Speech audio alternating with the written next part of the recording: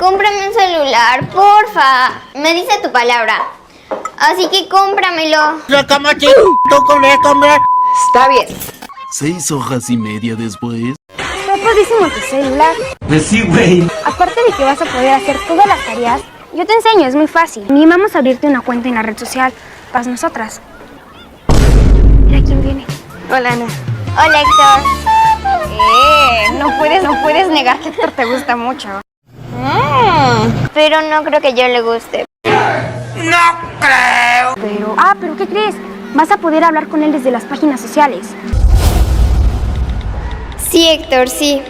Soñé anoche contigo.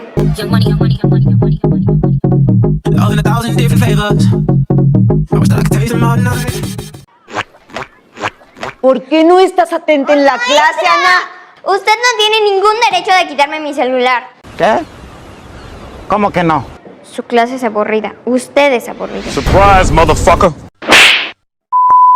Vas a tener que ir a recoger tu celular a la dirección. ¡Silencio, que están en examen o quedan reprobados!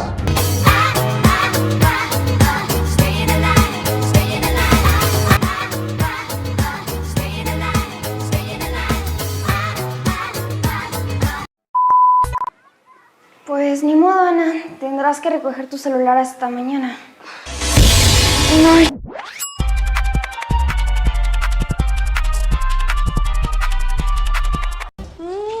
Muy bien.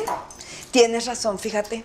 Entonces, vas a estar castigada sin celular 1 mes. No me puedes dejar sin celular. Necesito hacer mis tareas.